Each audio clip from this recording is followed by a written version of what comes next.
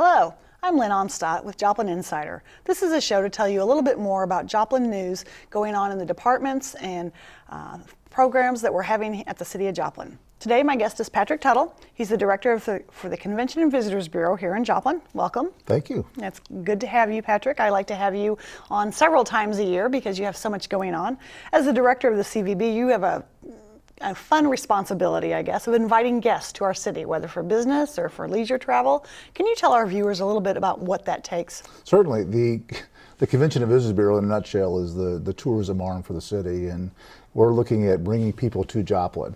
And we have some great hotels, some great retail establishments, restaurants, and they could benefit from other people going to those places other than just citizens that partake in them. So we focus on people who are 70 plus miles from Joplin. It's kind of where we market at. We're trying to generate a hotel room night, or as a minimum, B, get them to spend at least 3 to 5 hours in town. And that time frame kind of tells us that they'll spend their good hard-earned money in town, as well as they'll spend some quality time in town. Yeah, often they may need to stop and get gas, get something to drink, if they're just going through, but if, dinner, shopping, those kind of things. That's right. And we look at both. We have several different categories of visitors we look at, but between group travel, which would be like an entire bus full of people that comes in on a special occasion, which could be anything from a school visit to a church, could be what they call bank travel, which is people who belong to bank travel clubs or part of the group travels.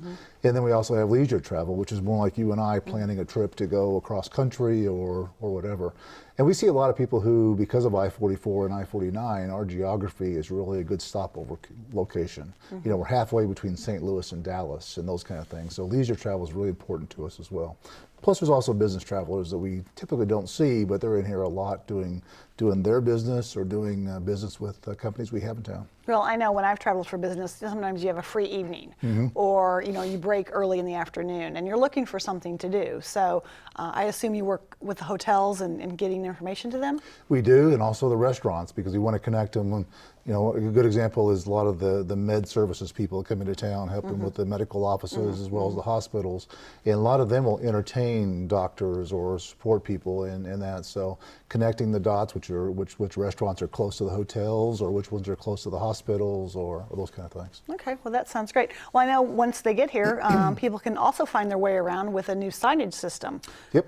Can you tell us about that? We have Joplin's had a wayfinder system for quite a few years, and really that is a step down from the highway system. So you're traveling on the highway, the signs that MoDOT puts up there tells you where to exit and why you're exiting and those kind of things. And once our guests get off the highway into our city streets, the red and blue wayfinder signs direct them to various parts of town. There's 4 different locations that we highlight, and those signs do that. As well as on Route 66. We actually have identified the original corridor of Route 66 mostly for our European guests. They're the ones that will follow the real 1926 route. And that goes through the Royal Heights area of town into downtown and then out 7th Street towards Kansas.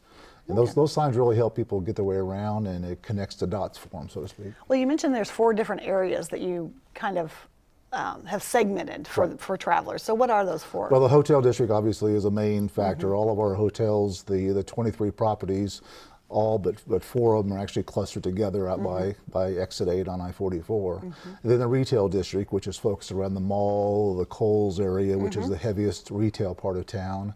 The sports district gets people to either Joe Becker Stadium or all the way down to the sports complex.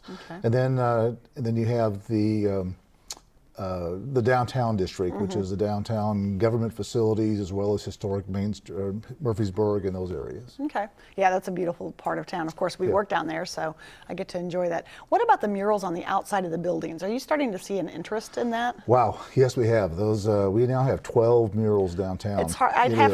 It'd be nice to have a map of those, because I don't know if I've seen all 12. Our new visitor's guide is in print right now. When that comes out, they'll all be in there. So anybody who's not aware of them, in fact, we expanded, I think, from 8 pages of art and culture to almost 20 pages in the visitor's guide because there's so much of explosion of art in town. And a lot of this is post-tornado time frame. Sure. The expression of the community has been fantastic. Even the geometric art that is downtown, the ones that are just done by the tank, that are really unique ways for a building to stand out.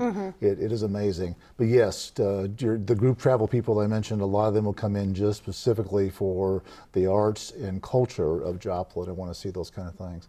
And a lot of them, they'll get their photo by them, which is really good because we want them to be able, through social media, to express their visit to Joplin.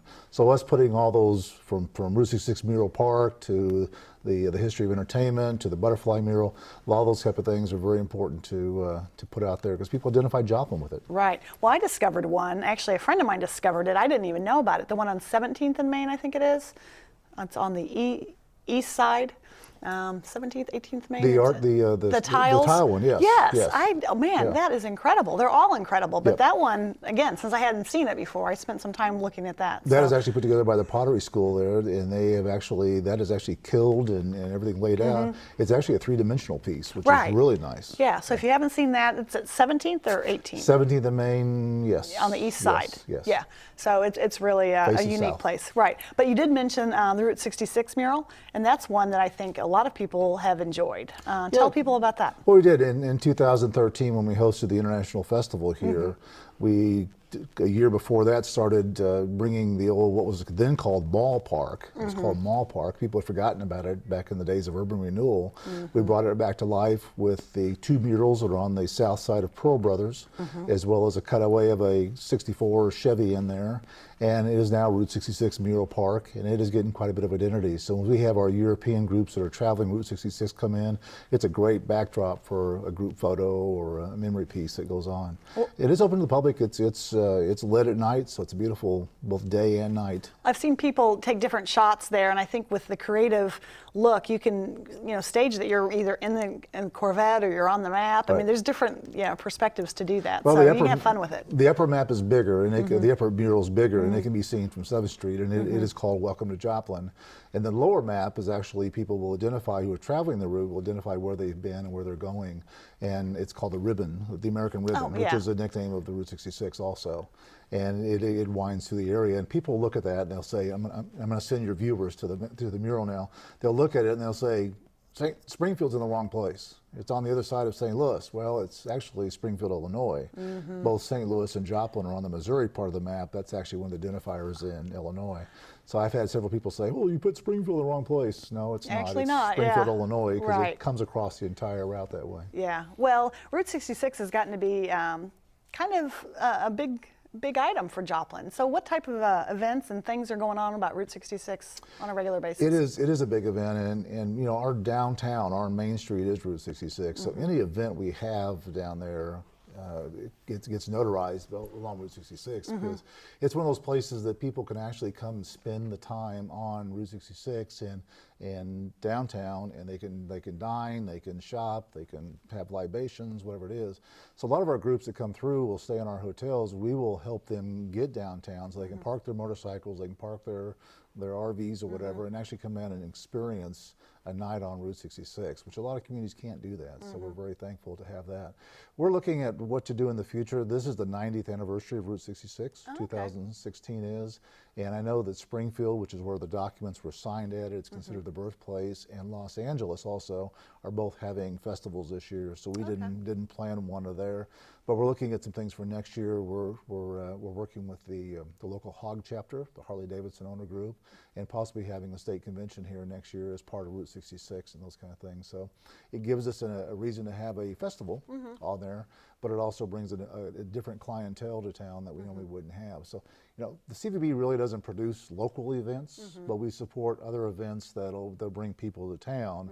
But also one of our things, because we are part of the city, is we want them to be open to the public. Right. So if it's a closed event, we still support it, but we may not financially support it as much because it's closed to the public. So it's like a convention that's a paid convention. Right. But if it's a community event, we push very hard for it to be some portion of it to be open to the public, to be able to you have the broadest exposure to it. Sure. Well, you're going to have your locals go to it as well as people from out of town. I could imagine the Springfield Route 66, Springfield, Missouri Route 66 event is going to bring people to Joplin as well. Oh yes, it certainly will. You know, either coming or going, they're probably going to stop here. Right. We kind of have our claim to fame for different reasons, and the last 5 years has kind of marked that at times. So people want to come and see how we're doing. A 2012-2013 study estimates 10 to 15,000 Europeans a year travel the route. Wow. And they'll travel the entire route. And we're working very hard through our office and through our marketing pieces to get them to stop more in Joplin. A lot of them will fly right through Joplin. And like you mentioned earlier, a meal or gas or just a hot dog or something is very important to us to get them to spend some time in town and have the experience. I mean, it is about the Joplin experience more than anything else. Right, right.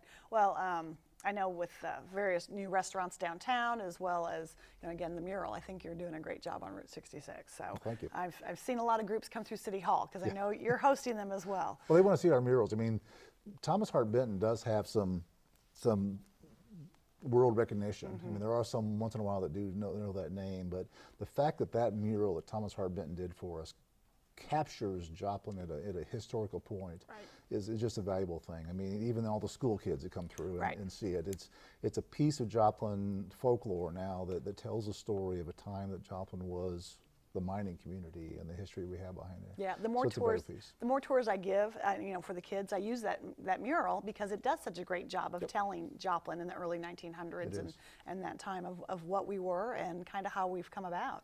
So it's a really unique mural. And a lot's happened since the centennial. Yeah, so that's true. We need another one. That's true. Well, I know Brad Belk and others have talked about that we're coming up to you know, another milestone here in a few years. So yeah, it'll be fun.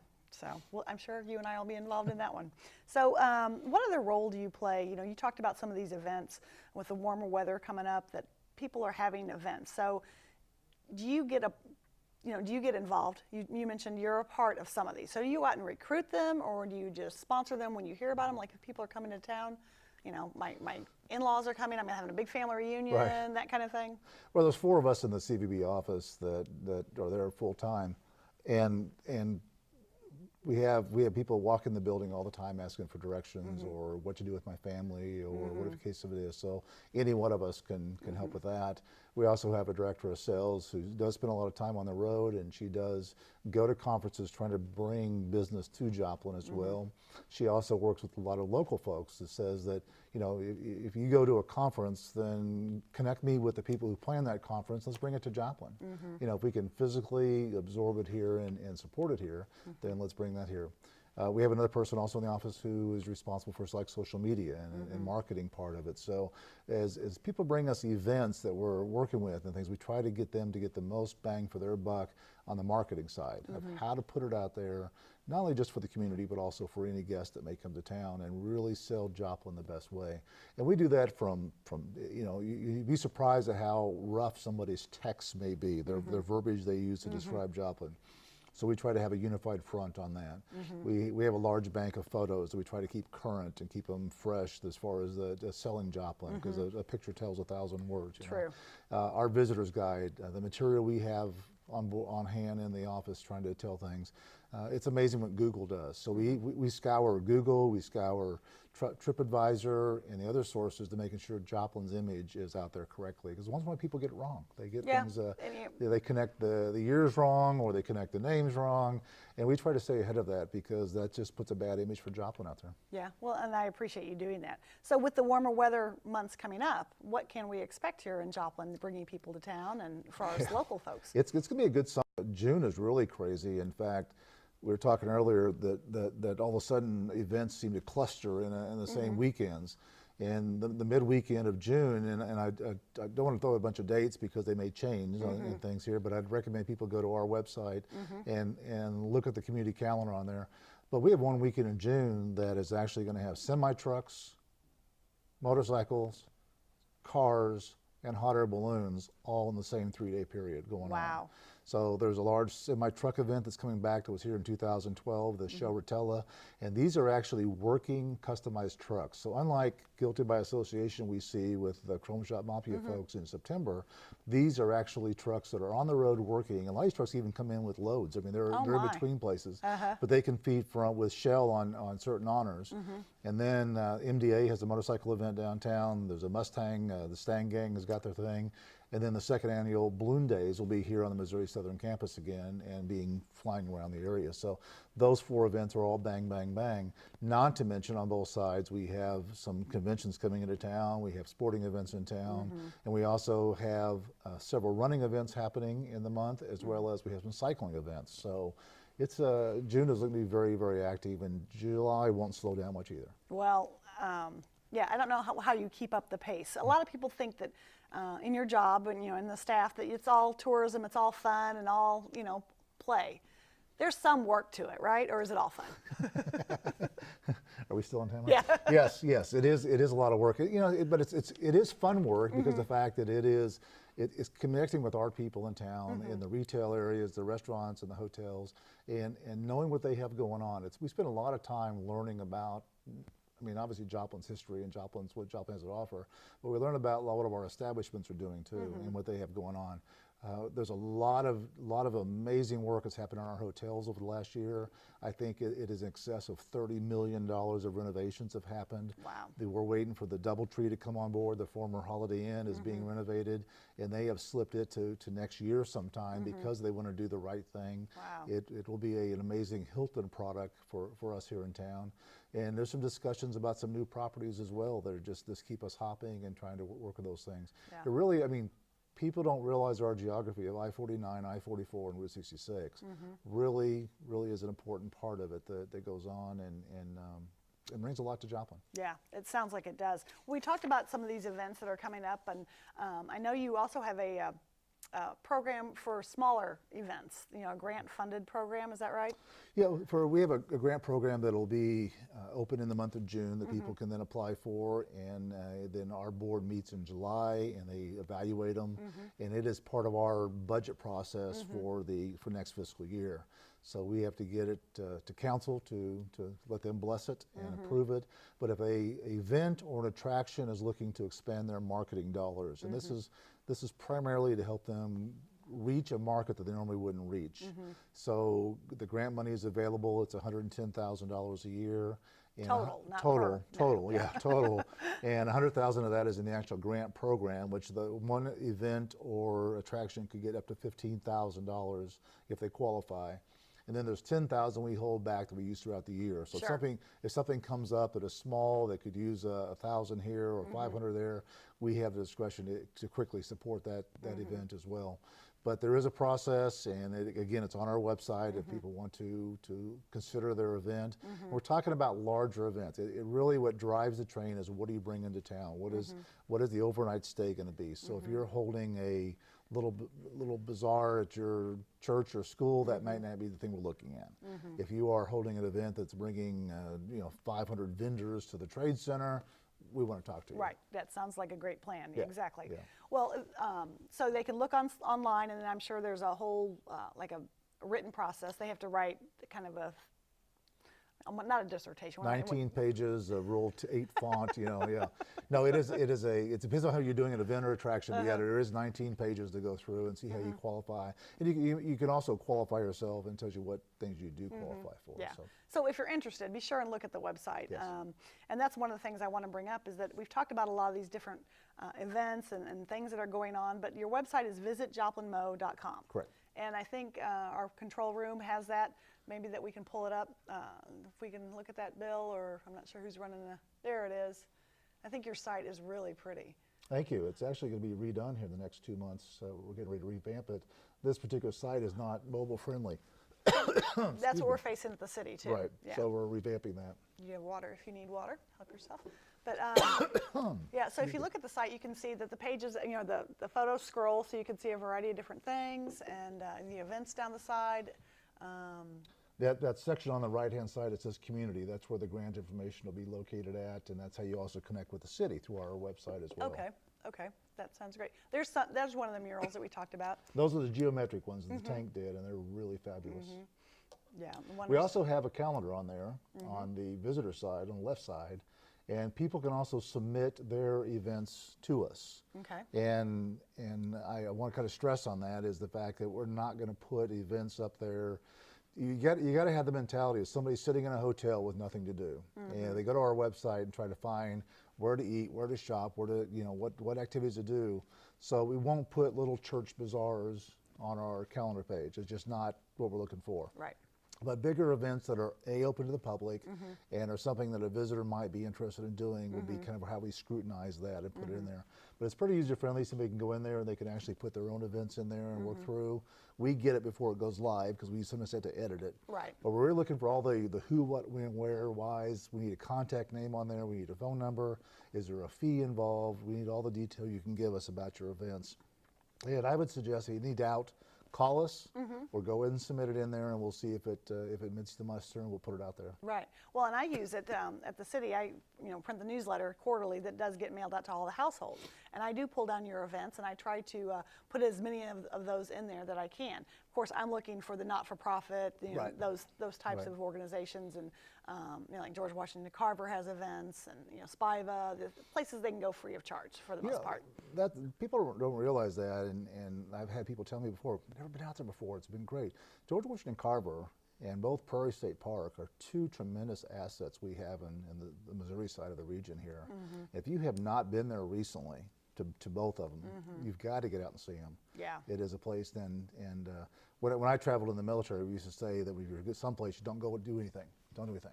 Because when your family comes to visit, then you got to take them places, so you weren't burnt out about it. You're just as surprised as anybody else. So I think we have those same mentality here in town that people don't go to places because they're waiting for somebody else to come into town to take them to. Well, that's just it, be a tourist in your own backyard. It is. I laugh. I grew up in the St. Louis area, not in St. Louis, but in the area, and it took me to move down here to go up in the Arch. Oh, yeah. I was there for, 18, 20 years, and I never went up in the Arch. That's so right. it's kind of seems silly, but that is true. Well, and the Audubon Center as well. Yes. They're expanding as they continue. I've taken a couple classes down there, and, of course, the trails are always pretty.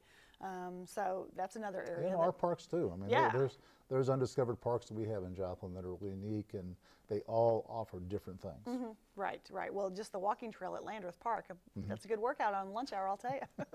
That's what I've discovered. So, well, what else are we need to talk about? Your calendar events, we did that, and focusing on the events area. What other ways do you get information out to the public? Well, mostly through Facebook, and we do a little bit of Twitter.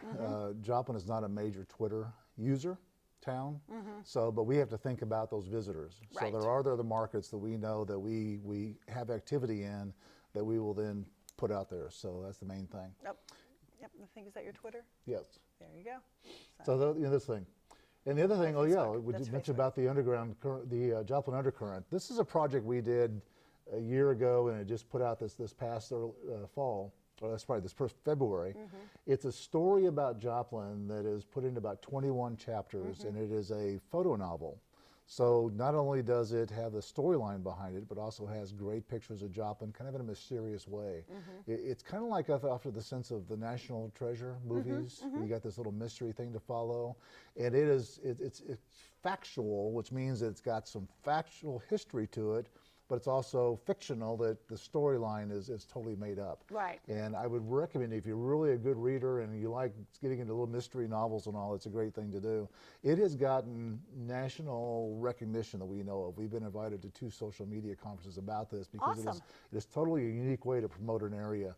The people in there, like Brad Belk and Mayor Kolpin, you can actually, they're in the story. So you can actually come to Joplin and meet them. Oh. But the story of how they evolve in there is not totally, it's intriguing more than anything else. So right. Well, I read a Joplin couple Undercurrent, chapters and then got busy, how that goes. So I need to pick it back up because it's still out there, It's right? still out there, Yeah, yes. so you didn't pull it down. So we launch it out in chapters, kind of tease right. it out there over about 90 days, Yeah. and now the whole thing's out there in toto, so you can So look yeah, at it all. because I got up to like chapter 4, I think. Yeah. I was doing really well, and then and it's kind of momentum. It's interesting. It is one of those things, like Twilight, people flock to Washington to see that town, and people still go to Iowa to see the Field of Dreams and those things. So it's kind of those things that it just intrigues people that are passing through to spend more time in Joplin, and here's a reason why. Yep. Speaking of more time, you did bring a document. Tell us a little bit about that. This is our visitor's guide, and it's available. People can come by and get it, and it has all the restaurants, where to sleep, where to eat, where to dine. So if you have somebody come into town, or you just want to know for yourself, come by, pick a copy up. Be happy to get it out. These go around the world. We mail them out around the world, and it's an important piece of what we do to promote Joplin and work with it. It is digital now, going to the digital age, so somebody who requests it online can get it that way. And we also have a meetings version of it, which has got all the meeting spaces in town that we use a lot when people are planning weddings or get-togethers or whatever the case of it is. So the Joplin Visitor's Guide is a very important tool. We find in this age of high-tech amenities that people will still plan with paper. I agree. When they travel, they go to their phones. And Yeah. that's why it's so important for both us and the city website to be mobile is people still like going through and flipping through and trying to find what to do. Right. But once they get on the road, they'll digitize everything. Yeah, So, that is so true, because you get a kind of an idea of where you're going. Right. You kind of have milestones of where you're going to go, but then in between, you want to know what else is going on. And some of those smaller places may not have picked up on the on the print guide, but there it is on your phone. And of course the kids, it seems like kids can find things quicker than anybody else. I swear, the teenagers. And these have about an 18-month shelf life. So what we do today, I said we're printing the new one right now, and it's coming out. 18 months from now, there may be a few changes in here. And this is a moving target. I mean, the restaurants especially. We have 209 plus and minus restaurants in Joplin, and a new one opens or a new one closes. A new one, so it's a moving target. Right. So the digital version will be constantly fresh because we updated the office and it stays current. And yeah, I imagine you keep those at the hotels as well, so they can pick all those through up. Town. Yep. Yes. And how many hotels did you say we have? We have 23 properties and right around 2,000 rooms. That's incredible. I had no idea. What other facts do you have for us? How many restaurants and how many places to go? Well, the parks. I mean, I'm always learning how many, like you said, we have parks that I still haven't discovered. Yep. There's a lot of acreage in our parks. So there's some neighborhood parks that are little small pockets that are little good places to go to. And what is really neat about our town is a lot of those names go back to the mining era. The people who developed that part of the town because of the mining interests and things, and it really pulls our heritage. We're working with some of the things on our heritage, and we have a new historical guide we're revamping, and we want to put a couple pages in there about the tornado, some of the facts that you've managed through your office, and some of those things in there. But people do come to Joplin because of our history. Right. The museum and the minerals out there are fantastic specimens. If you do a search on mineral museums in the country, it's a very small list. And a lot of those are on universities that are connected to some sort of like a engineering program or a mining program and all. So we're very unique that our community history is connected to such an array of mining specimens as well. So it's an old collection, but it's a very unique collection we have out there. Well, I can say, from being a kid to, being a mother of young children now, young adults, that your interests do change. And so I think each town always has something to offer, and, you can always find something to do. And I do believe that's true in Joplin. We get connected with especially with like Bonnie and Clyde. We just April 13th just passed, and that's the anniversary date of the shootout in Joplin. And yes, we're fully aware that the two constables lost their lives over there, and we respect that very much. But people want to know about that apartment. That apartment is the best kept Bonnie and Clyde hideout or place they lived or stayed in the country. All the motels or other houses they stayed at are gone, and this one is in great condition. So we're looking at how to retell that story. What really the significance of the Bonnie and Clyde shootout here is that the fact they found Bonnie's camera in there. Right. And we're trying to identify the photos that came from that footage. Now, they weren't shot here. We don't know that factor. But we're trying to identify which images that the Joplin Globe developed in 1933. Because that changed history so much. They didn't know who Bonnie and Blanche were prior to that. Yeah, because they didn't have that so inner state. We're trying to tell that story of Bonnie and Clyde as to how Joplin's significant role in changing history. Because after that time frame, police got faster cars, they got stronger guns. You realize in 1933 when they were here, the FBI didn't carry guns. They were an That's crazy. information bureau. Yeah. They didn't carry guns till 38. Yeah. So we're looking at how we can tell the story of Bonnie and Clyde in a different light, that what Joplin's role in this was a significant game changer in the history of criminal warfare, I guess. If you and wanna here look in at that. Joplin. Well, and Right. that's just one of many stories that you and I can just go on forever about the things going on in Joplin. But I think it's time we need to wrap up. And I just really want to thank you for coming out and sharing information with us about Joplin and all the fun things to do. And that concludes this portion of Joplin Insider. We appreciate you tuning in, and we hope to see you next time. Thank you.